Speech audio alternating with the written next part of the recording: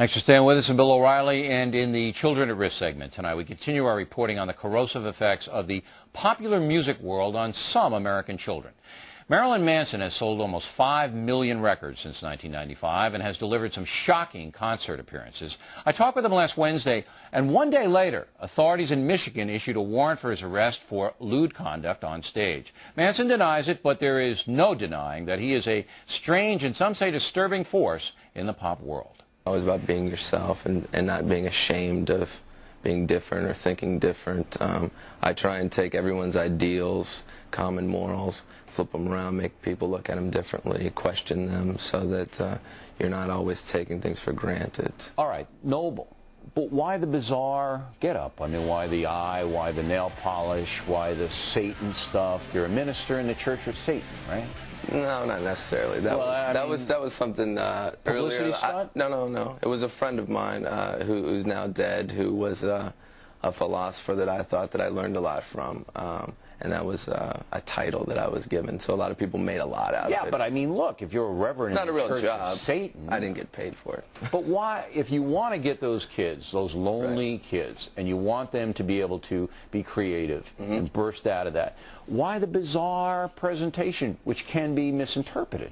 I think everybody's got a presentation. Everybody looks a certain way because they want to convey a certain image. You look a certain way because you want people to listen to you in a certain way. Are you an exhibitionist? I'm kind of shy, and I think that I take that out by performing in front of a lot of people. That's how I get out my shyness. So, but you've done some pretty bizarre things on stage. I mean, they tell me that you engaged in a sex act with another man in a stage in Miami. Is that true? To a certain degree. To a certain degree. It wasn't so much a formal sex act. No one was aroused. Well, why did you do that? Why would you do that? Somebody ran on stage and pulled down their pants, so rather than let them make a laugh out of me, I grabbed them and turned the joke around on them. My parents were in the audience. And your parents were in the audience? And I introduced my father to the gentleman that came on stage. So if my father approved of it, I don't see it to be that shocking. But it was shocking. It was entertaining to me. To you? To me.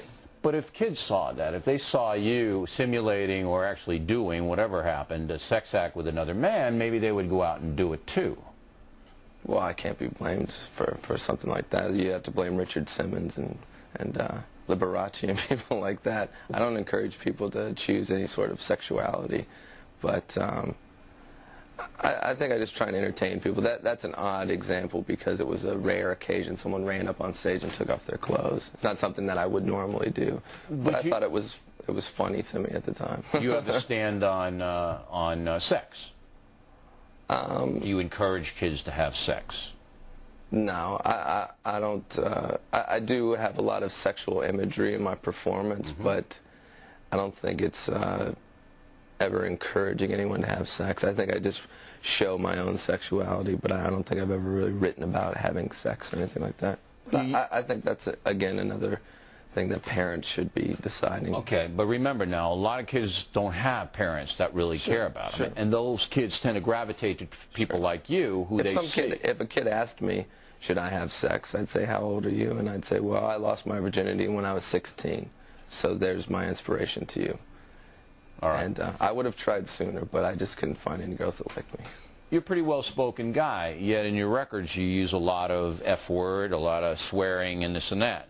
Again, is it necessary to get your message across to use that kind of language? Is it you use the sexual imagery, you use the shocking physical appearance, you've done some bizarre things on stage, and you use profanity. All that necessary? Sometimes. I think sometimes when you're making a point, I don't think that my lyrics are overlaced with profanity because I myself don't speak using a lot of profanity in normal conversation. But I think when you're making something aggressive and you need to get a point across, if you're angry, sometimes profanity is necessary. It's better to use a curse word than to hurt somebody else, I find. You can take some of your lyrics as, you know, you'll understand when I'm dead. I mean, disturbed kids could take the lyrics and say, you know, when I'm dead, everybody's going to know me.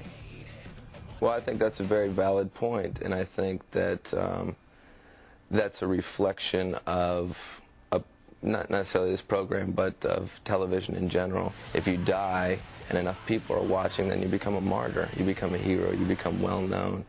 So when you have things like Columbine and you have these kids that are angry and they have something to say and no one's listening, the media sends a message that if you do something loud enough and it gets our attention, then you will be famous for it.